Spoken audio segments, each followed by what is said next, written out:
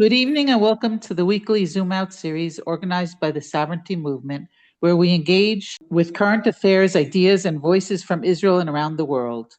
Tonight, we have the honor and pleasure of hosting Tuvia Tenenbom, playwright, journalist, and author known for his bold, provocative, and often deeply humorous fieldwork style reporting, where he immerses himself in different societies to uncover how people really think beyond official narratives. He is the author of several widely discussed books, including I Sleep in Hitler's Room, Catch the Jew, Lies They Tell, and his latest work, Excuse Me, Is This Yours?, in which he continues his unique approach of traveling, observing, and speaking directly with people across different communities, often revealing surprising and uncomfortable truths along the way.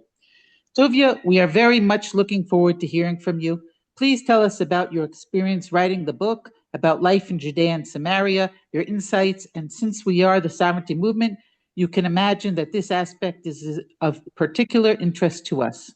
You have 30 minutes, and then if that's okay with you, we'll take a few questions from our viewers. טוביה וכל המאזינים, תודה רבה, ערב טוב, שמחים שלום שאתה יהודית. איתנו. שלום, שלום. שלום, בבקשה, שלום, תתחיל, שלום, טוביה. שלום וברכה. תודה רבה לכולכם, תודה רבה יהודית, תודה רבה. Oh, you have to speak it in English, right? Yes, you have to speak in English. Yeah, it's in English, right? Yes. Okay, so we'll do it in English. Thank you, Judith. Thank you, Nadia. Thank you, everybody who is here. Thank you. Everything is okay? Can you hear me? Yes. Come on. Yeah.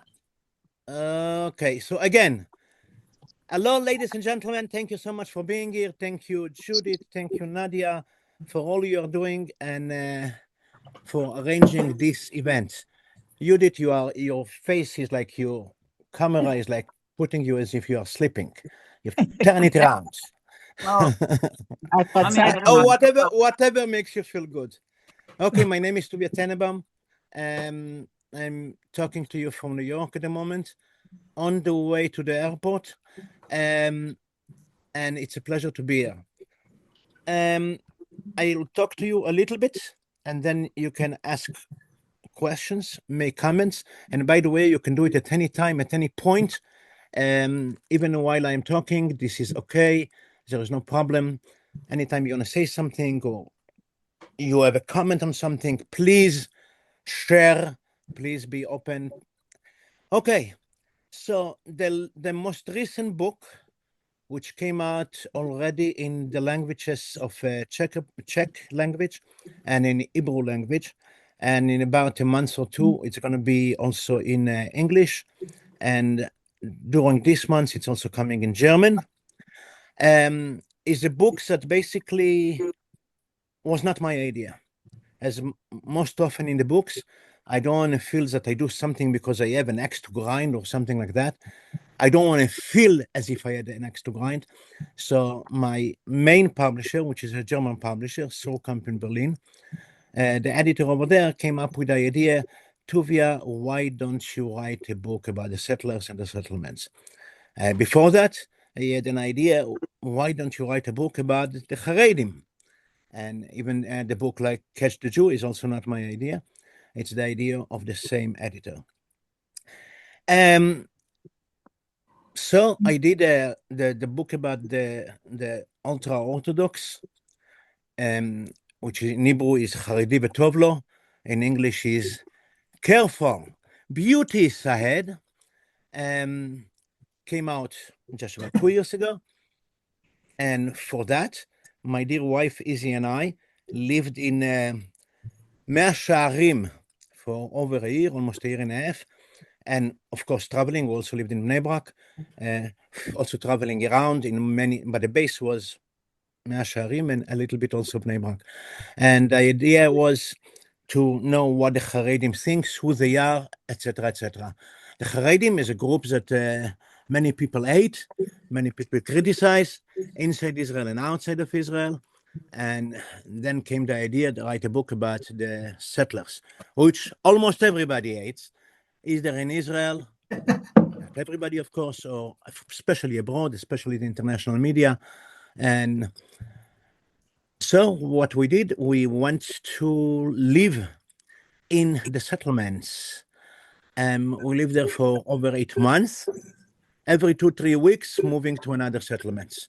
So imagine you move apartment every 2-3 weeks, and I rented a car, a Chevrolet Trailblazer. I loved it. I rented it from Hasidic Jew in Jerusalem. I mean, Avis, who is the agent of Avis. It had 72 kilometers on it. Mom is like just born, and traveling all over in the what is called Yehuda v'Shomron, and also known as the West Bank. I don't like both names. I don't like the name the West Bank. The West Bank is the name that Jordan gave it while it controlled the area for a few years. And they called it the West Bank because the West Bank of the Jordan River. And they didn't want to call it Jordan for whatever reason, maybe because they didn't want to have more Palestinians under Jordanian control or whatever it is.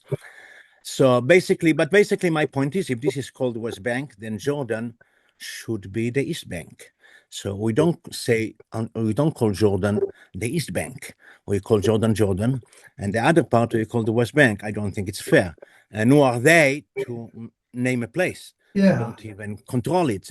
They gave up what they said, and the control of it. Now, Yehuda v'Shomron or Judea Samaria, this is another name that I don't like. And the reason why I don't like it is because the Negev is also part of the Yehuda v'Shomron. Everything in Israel, almost, in what you call proper Israel, is part of Yehuda v'Shomron. Go and tell people that they are in the Negev or wherever it is, even in Jaffa, Tel Aviv, Yafo, you can also call it Yehuda v'Shomron, Yehuda or whatever. At least part of it was at some time, at least Jaffa. So can you imagine you go to somebody who lives in Yafo and you say, hey, you are a settler, you live in Yehuda v'Shomron. As you'll say to you, what, are you out of your mind? So Yehuda v'Shomron is not really a good name. So the name I came up with, I think it should be called Israel, but the name I came up with was Biblical Israel. And the reason is because about between 80 and 90% of the stories in the Bible are stories that took place right there behind the green line. So in the book, at least, I call it Biblical Israel, or since, the English speakers, like at least American, like everything in Rashi Tevot, so I called it the Bihai, Biblical Israel. Anyway, living in that place, I learned a lot. Most journalists, almost all of them, and including me before I moved in there, we write about the Bihai after we go there for 2-3 hours. If you like to get the right-wing definition of the place or impression of the place, you join an amuta, an NGO, right-wing NGO, for example, like Aviv. Then they will take you for places like wineries. You'll drink some wine, meet some beautiful, nice-looking settlers, and get the impression that the settlers are the most beautiful people on earth. If you are not into the right wing, if you are into the left wing, you join the Amuta, the NGO, like B'Tselem or Breaking the Silence, etc., etc. And then they will take you for 2-3 hours to the area, introduce you to beautiful Palestinians and very ugly settlers. And then the impression you get is the Palestinians are good souls, amazing people, and the settlers are horrible creatures. So, but in any case, this is not the right way to write a book. At least, I mean, if you write an article, that's okay. You can be just 3 hours, or half a day. But if you write a book, it is my belief you have to immerse yourself with the people. There are thousands upon thousands of articles and books about the area, about the Bihai, but always written from the perspective of somebody who came there maximum one day. That's normal. I mean, in the beginning, when I said I am going to live with the settlers had a problem. I mean, it was not so easy to get into the settlements and to live there, even though I am paying for it. I rent a place and I'm paying for it. Why? Because everybody was afraid. The settlers are afraid. A journalist, itunai, who knows what they will write about us, bim, bam, boom, bam, boom. But anyway, to make a very long story short, I got Yossi Dagan, the head of the Moetzah of Shomron, and he approved it. So there you go. I'm going to the Bihai, to Yehuda v'Shomron, to do Agada Ma'aravit, to the Bihai. I started with my wife, of course. We started in first of all in the with the Samaritans, because somebody told me just before I started the journey. Somebody told me a wonderful lady, a journalist and a Mora Derech, a tour guide by the name of Eve Harrow, a very nice lady. And she told me that usually she takes, it was before Pesach, and she told me before Passover, and she told me she usually tries to take their tourists or whatever to the Samaritans to see as they do the Passover Seder or whatever. But that year, before we met, Leila Seder or Passover Eve or Passover of the Samaritans fell on the same day of the Jewish one, so she cannot miss the Seder. Well, for me, I was supposed to be with somebody with the president of the Jewish community in Vienna. He has a house in Israel. I was supposed to be with him. He invited us, but I said no. I am going to see the Shomronim. So I went to see the Shomronim. This is an ancient tribe of God knows how many thousands of years, at least according to their calculations, and to see the Leila Seder. Well, it's not Leila Seder, it's Seder Korban Pesach. They actually do the Passover sacrifice.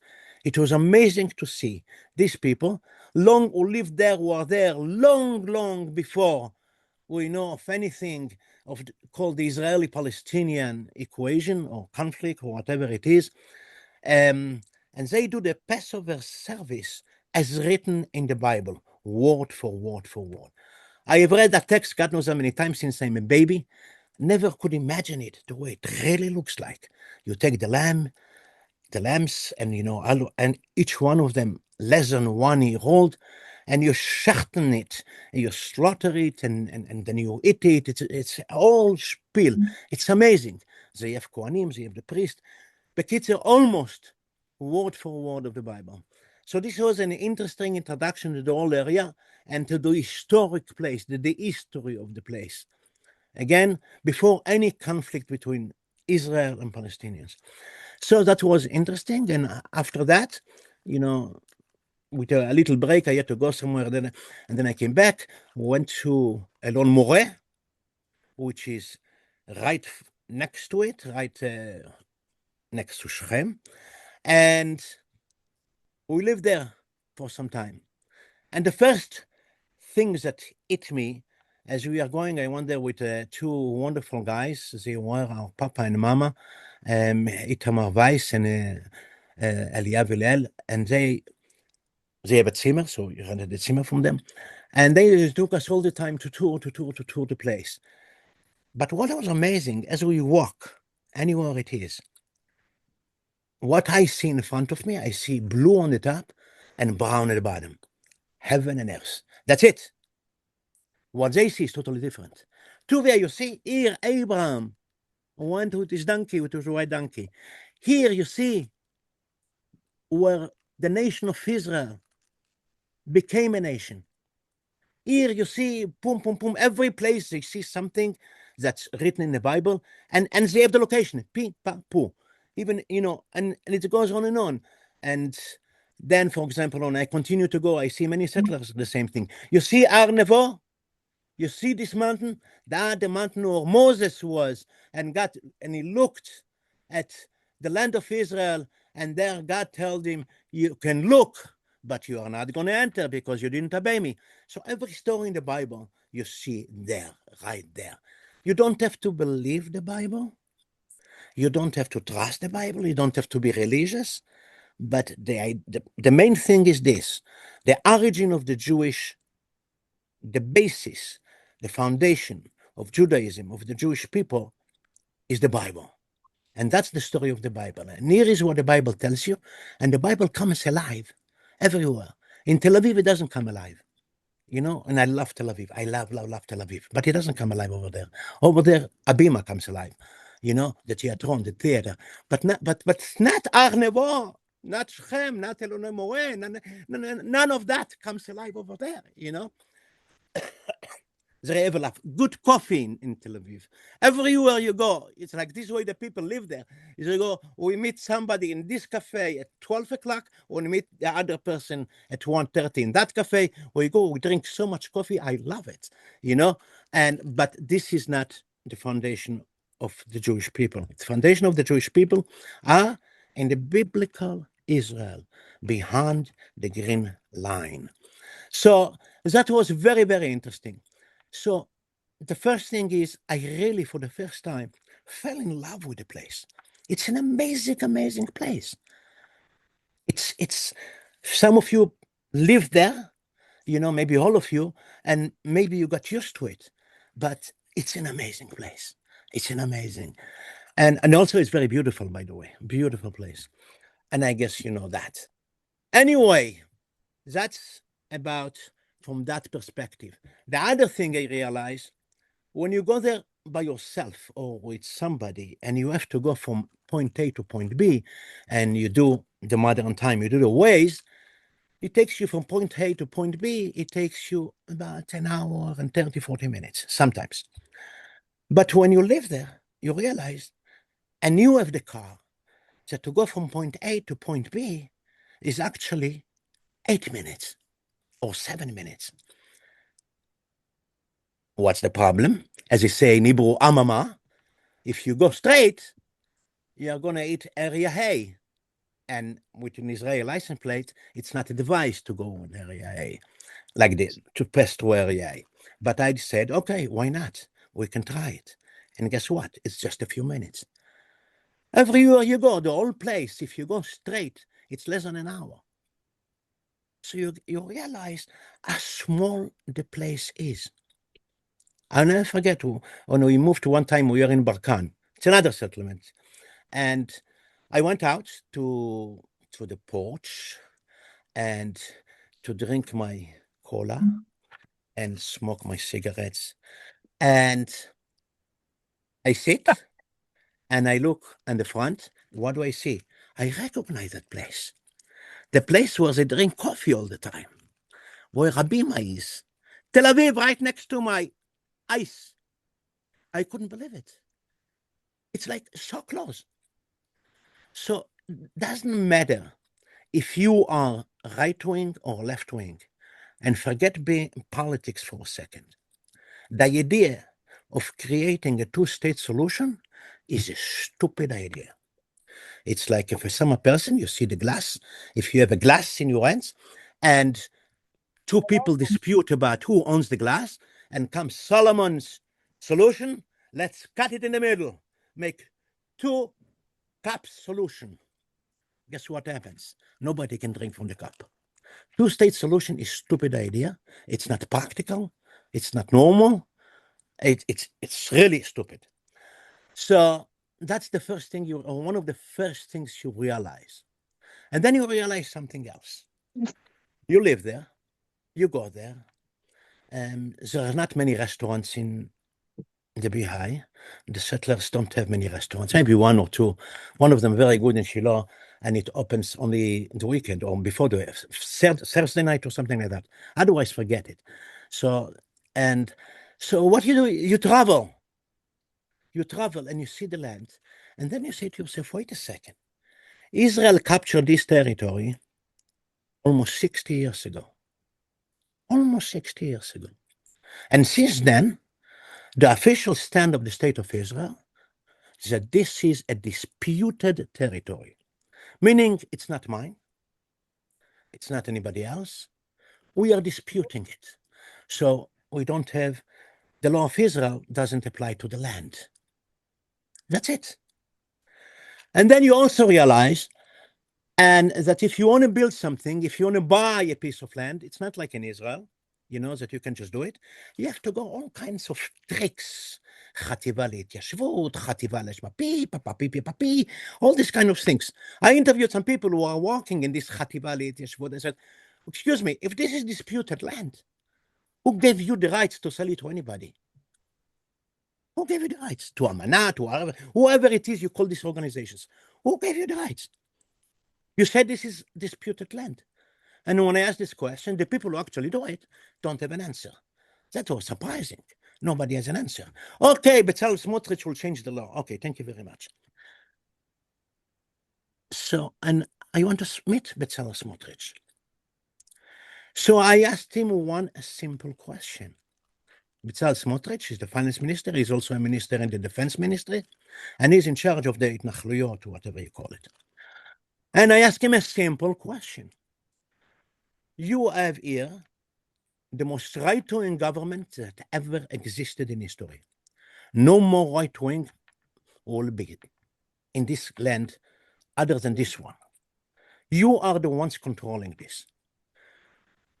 Tell me, first of all, before you joined the coalition, the prime minister, or the one who wanted to be prime minister at the time in the last election, Benjamin Netanyahu, Bibi, did not have enough Knesset members to form a coalition. He had only 50. He needed you guys, you and Otzma Yehudit, Tzionut Datit, and another one, Maoz, whatever, to give him another 14. Why didn't you make a condition?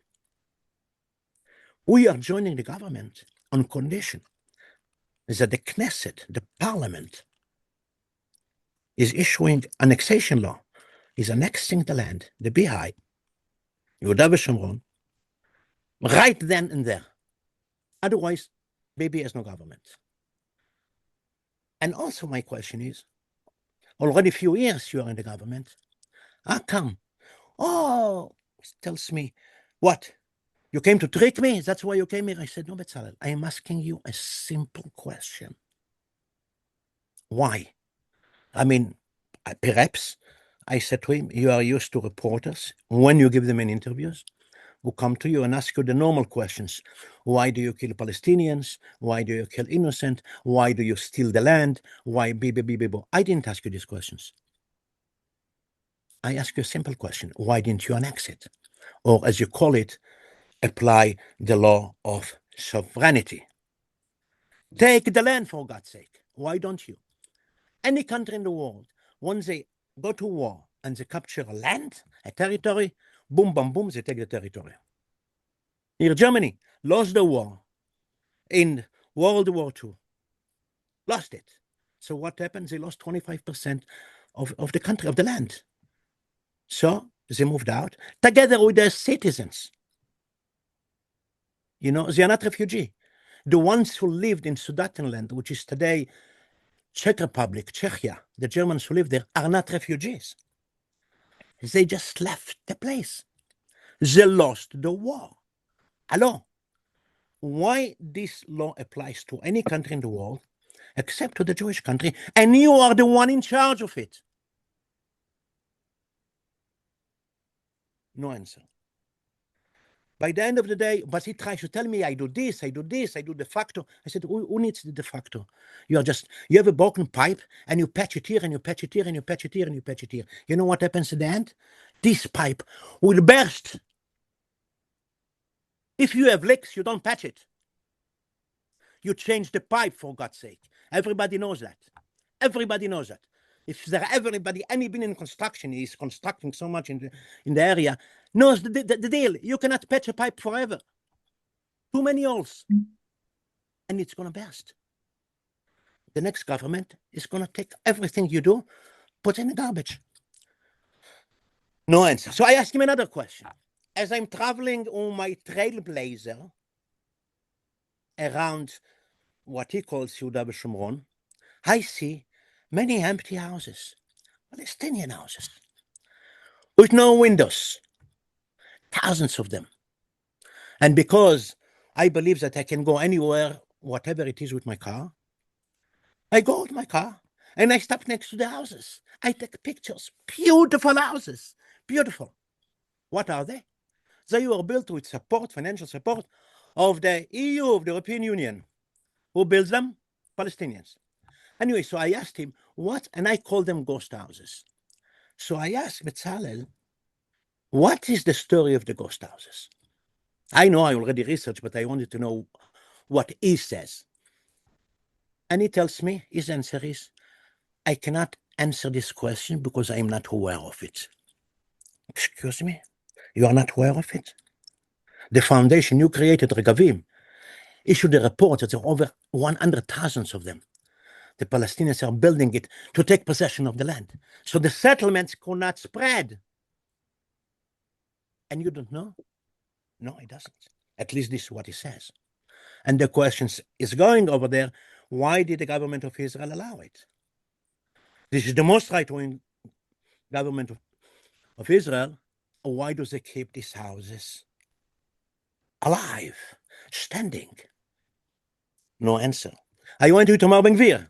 We had a wonderful time together. He told me all the story of his love story to highlight how they met, what he bought her for the first time, the hamburger he got her, and the Chinese restaurant he took her to. Oh, God. You know, he said, in those days I was poor. Today I take her to get better places. Okay, thank you very much. It was a lovely conversation. I really enjoyed it. And he's very good also. He is and his wife are very good when it comes to hospitality. Sometimes you go to places, I went to Rebbetzin Froman, if you know, who is like in Shorashim, in some NGOs that they try to make peace between, in Gush Etzion, between Jews and Palestinians. Don't ask me. I sat there for an hour and a half. The lady didn't give me a glass of tap water. I asked her, are you German? She says, yeah, my parents are from Berlin and Hamburg. I said, yes, go back there. How do you even dream to make peace with the Palestinians? You don't even understand the culture. Nothing. You go to a Palestinian home, in 15 minutes, the table is full with food. All halal. Amazing food. And I sit to it there and not even a glass of tap water.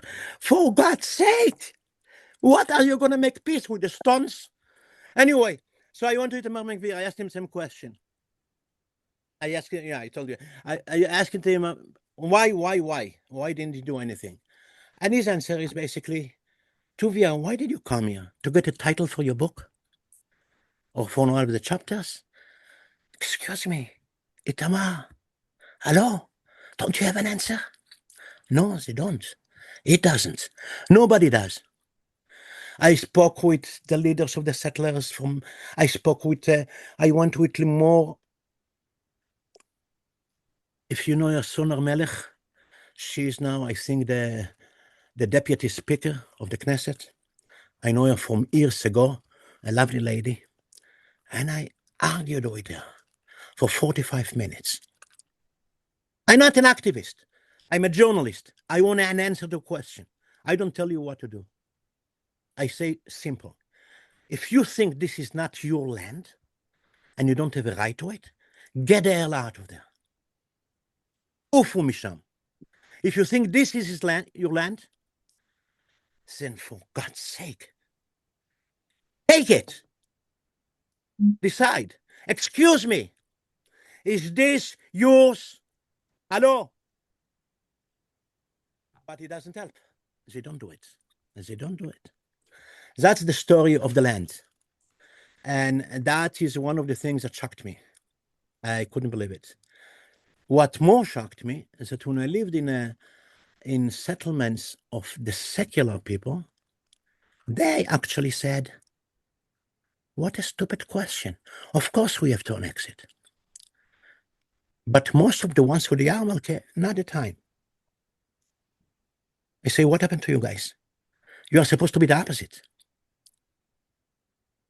So what I discovered, another thing that I discovered, and this was a little bit hard to discover, that the people who came to the land, the Dor HaMiyasdim, the founders of the settlement movement, like Yehudit Katsover, of course, Moshe Levinger, and all these people, were very ideological.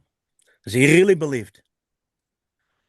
And their children, the other generation, next generation, have become bourgeois, very bourgeois. They are there, and they kind of are not sure they really want to annex the land. It's going to be more expensive. It's going to cost more. And then you also lose the aura of being a settler.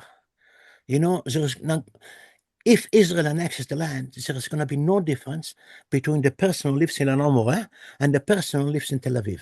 Both are going to be Israelis. It's not such a big pride to be Israeli, but to be a settler or mityashev, you know, some of them changed the name, mityashev, not a settler, baby babuba. I don't care how you call it. It's not a mityashev and not mitnachem. Make it Israel, chalas, or get out. That's all I say to them.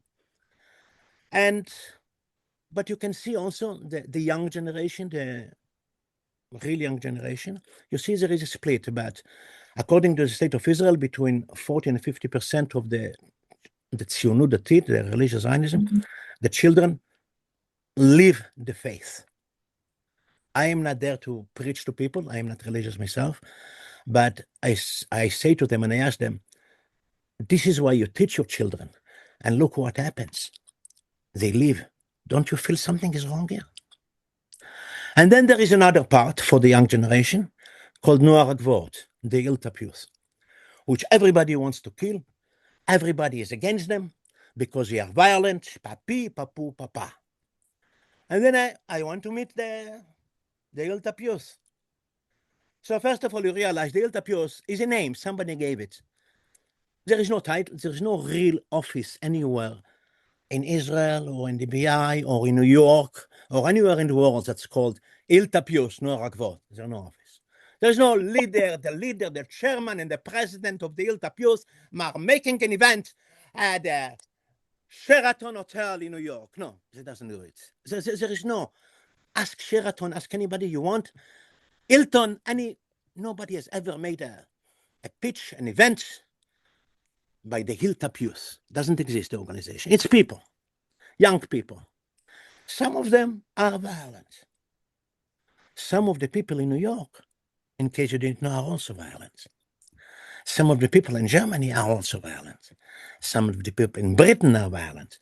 You know, so in every society you have a fringe that's violent. Okay. A society is not normal if it doesn't have extremes on both sides. That's what it is. But the rest of the Hilltop youth, what we call Hilltop youth, actually people, young people, who go to some forbidden place, empty place, deserted place, some on top of the hill or bottom of the hill, you know, and they make something that looks like a tent, but it's not even a tent. It's something present, whatever they do. A chikamuka, they make a bed that doesn't look like a bed. Anyways, they need to go to the toilet. They have to make a hole somewhere. They want to wash, take a shower. They have to find a well. I mean, this is like totally mishige. Totally mishige. Some of them have kvasim, some of them have lambs, some of them have cows, some of them have nothing. Just themselves and a glass of water. They filled it up in some bear, in some well. Or they got it from the water from neighboring settlements. Surrounded by Arabs who want to kill them. They are really believers.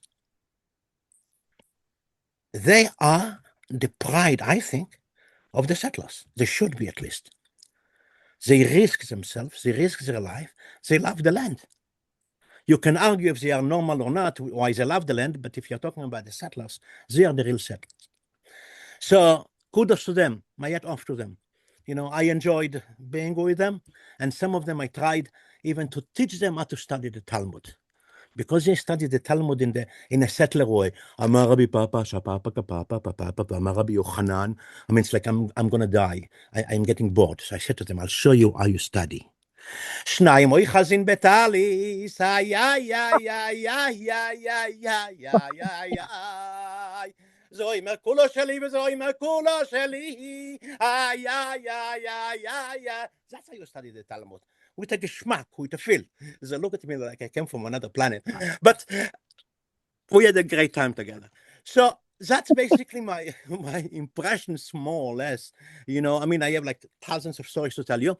And if you're really interested to know the stories, you will have to buy the book. I can't give you a copy of it now or show you because it doesn't exist yet. It's coming up in a month or two in Israel, at least. You will have it The there. English one. And it's called the English one, of course, the English one. Exactly. And it's called, Excuse Me, Is This Yours? And if you're the Hebrew readers, if you can read fluently and you'd like to know all the other stories right now, and goes to Simatsky or Tzomet and get a book, Slicha, זה שלך. Anyway, so I just before I finish, I just want to tell you that it was very interesting to write. It was very interesting to write a book, and there are all kinds of voices that came in Israel after the book came out. You know, some of the settlers who tried to fight me. How dare you write this and that? And then I asked them, excuse me, did you read it? No, I didn't. Okay, thank you very much. In the event we had in Oswego, there was a guy there who sent me an email, who sent me a message. Tuvia, Biastoti, you really upset me. How could you write something like this? How could you say those things? And then he came to the event in your place, Nadia, and Yehudit, and I see him, he buys a book. I said to him, excuse me, what are you doing? I thought you read a book already.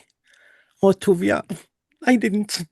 So why are you writing me such nasty messages? Tuvia, stop asking me out questions, tough questions. But the ones who really read it, you know, the feedback that comes to me, they loved it. And that's what it is. Now, you have to buy it, and if you don't have money, take it from the Sifriya, or take it from Nadia and Yehudit. They probably have a copy, if you can't afford to buy it. I'm not trying to make money of this. I'm not, you know, I make like a couple of cents on every book, so I'm not trying to make business here. So anyway, so that's it. I think I am done with I have now, it's 37 minutes. I can't believe I speak for 37 minutes already. I can't believe I'm such a... Thank you very much. Yeah. Thank you. Can you hear me? Anybody has a question? Yeah. No, first, I want to thank you. I want to thank You're Renee welcome. also for doing the introduction. I was on the way to a wedding, and that's why I'm apologizing. I'm going back to the wedding. But we enjoy so much because you are like the child who says the emperor is naked. That is basically what saying. You're saying exactly it. This is yours for close to 60 years, and there's still no sovereignty. What is going on here? So Yehudit Katsover and myself, we want to say that you basically have touched on the core issue. This is the core issue, sovereignty. From the river to the sea, Israeli sovereignty is what needs to be done. And you are part of this group. And in the end, one thing we want to tell you, Yehudit and I, Tuvia, there is going to be sovereignty, Be'ezrat Hashem. There will be. There will be because there is we have the sovereignty youth and we have the sovereignty great people. And in the end, you will see we will celebrate in a Hilton in Judea and Samaria. Okay, I just want to tell you, Nadia, one thing. I mean, it's like in your event, first of all kudos to you and Judith for whatever you are doing. You're amazing ladies. People don't know what and your event, there was a panel Tuvia is discussion. talking about the event we had a few weeks ago where we launched Tuvia's book and he had a whole talk, etc. It was in Hebrew. Yeah. So one part was my interview with the amazing Ifat Ehrlich, amazing lady. And then there was a panel discussion with a few politicians from the settlement movement and a reporter from Channel 14. And we were fighting. The politicians went against me very much. And they were fighting me, they were arguing with me like stupid people. And then till the guy from Channel 14 said to them, stop, Tuvia, thank you for what you are doing. You are right and they are wrong. And thank you Michael for being able to stand. What? Michael Sperber. Yeah, exactly. Michael Sperber is his name. He was the one who took, yeah, I know, Michael Sperber. Yeah, I know. And anyway, so, but after that, when people were going to buy, my wife was at the table for selling the book. Anyway, one of the people, I am not going to say his name, but he's one of the leaders of the settlements movement in one of the settlers and the settlements. And I said to him, excuse me, I want to ask you a question. You fought me like crazy on the panel, but I interviewed you personally. I was in your office and you said exactly what I say. You said then what I say now on the podium. Why did you fight with me? He said to me, you are right. I think you are right. So I said, then why are you fighting with me? He said, because I'm a politician and we are liars. I was shocked. I was shocked. I mean, I have him on record. I recorded the man. But that's what it Anyway, is. if anybody has one or two questions, I apologize. I have a wedding. So Tuvia, call Tuv. We have to have many Call to Jewish enjoy. weddings. Drive And thank you, safely. Renee. Thank you to Drive safely. Hallel for the technical. And Yehudit and I are saying to you, thank you also, Tuvia. Thank And you. next week we'll have another English, and next week another English Zoom. Thanks to Renee, who has been pushing us. When is the English? So thank you, Renee. Okay. See ya. Bye-bye. Thank you. תודה, Bye bye. טוביה. You're welcome. תודה רנה, תודה הלל, תודה נדיה. Okay, if anybody has questions.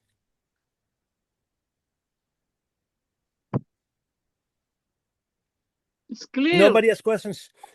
Okay, you are very nice people. You have no questions. Everything is clear to you. You are amazing, smart people. Everything is clear to you. You agree with everything I say, I guess. So, I mean, what can I say? So it was a pleasure to be with you. We are already I have a 41 question. minutes. Yes. What are you going to do with the population? With What Arab is the population? And it's a very good question, but the answer is very simple. As I said, I'm now in New York. When I wanted to get my green card and my citizenship so I can come and go, and I was given the document, but before I was given the document, before they allowed me into the society, the American society, they had me, what they do to everybody, you have to swear allegiance to the United States of America. So what I say is very simple. Logically, again, I'm not right wing, I'm not left wing. I'm just saying, annex the land, and then you have 2.5 million Palestinians. Tell them one thing. If you want to be equal citizen in Israel, you have to put your hands on the Quran and swear allegiance to the Jewish state. If you do that, the state of Israel will proudly accept you as a member. How many from the 2.5 million will do it? Probably 2.5 people. And they will probably be killed and slaughtered the next day. But why can America do it and not Israel? You want to be part of this country? You want to be part of this society? Take the Quran, hold it, or put your hands on it, whatever you like. Swear in the name of Allah and His Prophet, sallallahu alaihi wasallam, allegiance to the Jewish state. If you do that, we'll be very happy to have you as a loyal citizen of the state of Israel. We'll be very happy. And if you want, if you are a woman, if you swear this allegiance, we'll have no problem. You are welcome to wear a bobo if you want. A bobo. Yeah. And if you are a man, you can start having kuzambot. You know? Hey, why not? It's good for every country in the world. Why not Israel? Got the answer to your question, Mr. Joseph, whoever it was? Hello? I have got a question. Yes. So, how did you manage to get books published in this environment? I'm also a writer, and I'm having a very tough time because Jews, and I live in the Shomron and Israel, so people are telling me they wouldn't touch me with a 10-foot pole. I mean, it's very simple. At the time, I was for 17 years, actually, a writer, a journalist for writing for Die Zeit, the German Die Zeit, which is left and very highly intellectual. It's Haaretz, but a much larger distribution, about 2 to 4 million people read it. And my articles were very, very successful there. Every time, every week when they showed it on the internet, there was a time when they showed the internet the most read articles, meistgelesen. So I usually was between 1 and 5, more often in 1 than in 5. And a German publishing company asked me to write a book about Germany, to come to Germany, to stay in Germany for months at a time, and write a book about the country. And I accepted the offer after they became more generous in the money they promised. And that's how the book came, the first book, which is called in English, I Sleep in Hitler's Room. And it became, when it was published, it became a huge bestseller. Spiegel bestseller, which is like New York Times bestseller. And that's the way basically the whole story with writing books started. Started with an editor in Germany who loved my articles. And then there was a publishing company. I mean, I wouldn't call it publishing company, a person who published one book in Israel. His name is Rotem Seller. He published a book of David Goldman. That's the only publishing he has done at the time. And then somebody introduced me to him, and he came to visit me just a day before I left Israel, and I had one copy of A Sleep in Hitler's Room in English. He took it and he asked me to publish it. He was really, I mean, the guy published only one book in his life, and he offered me an advance of $1,200. I mean, it's just like, okay, I said, okay, I'm not going to ask from this guy more than that. He published the book and it became a bestseller, and then he published the other book, Catch the Jew, also became a bestseller, and then it was like the #1 at the time in Israel, and then he published another book, The Lies and Tell. It also became a bestseller. So all of a sudden, I became a best-selling seller in Israel, and he became a huge publishing company. I mean, slowly became a rose, because people saw that every book is published and becomes a bestseller. So more and more people try to publish with him. That's how I became Seller Meir, which is today one of the very established publishing companies in Israel. And so that's how I published in Israel. In Czech Republic, I mean, a guy, the publisher, and the Czech publisher was in Israel the other day, and he went to a bookstore, to Stimatsky, and he asked the people there, which book, if I can buy only one book, which book should I buy? And they told him, buy Catch the Jew.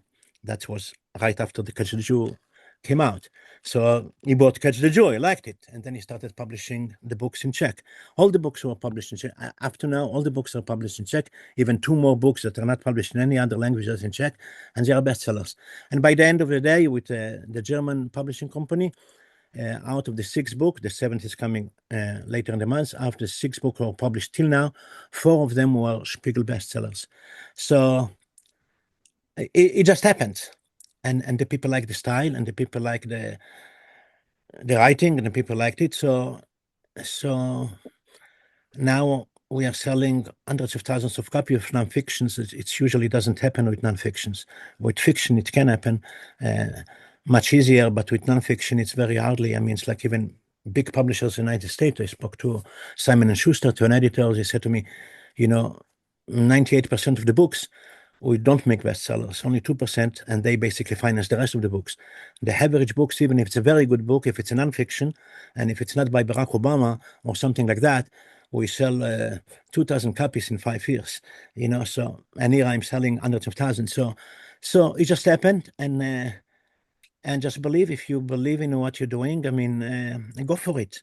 I mean, start self-publishing or whatever it is, I mean, I know that the publishing in Israel today, publishing companies in Israel, they want you, if you are not recognized writer, they ask you, they will publish your book, or some of them at least, if you give them money. I don't know, it's like around 100,000 shekel. I don't know how much they charge. I don't know. I don't think this is the way books should be done, and I don't think this is the way books should be published. I think that writers, if they write good books, they should be able to publish them or find a publisher. But I guess this is not the way it works. So, but all I can tell you, or maybe you start publishing yourself, give it to your friends, and try to get somebody in the media write about it. And the more you sell, the more you'll be recognized. The easier it will be for you to have it published. Tuvia? Yes. One technical question. What language do you write your books in? It's technical. I don't know if it's a technical question, but I write in English, because it's much easier if you write it in English to be the books. Not all of them, but some of them have been published in 11 languages, sorry.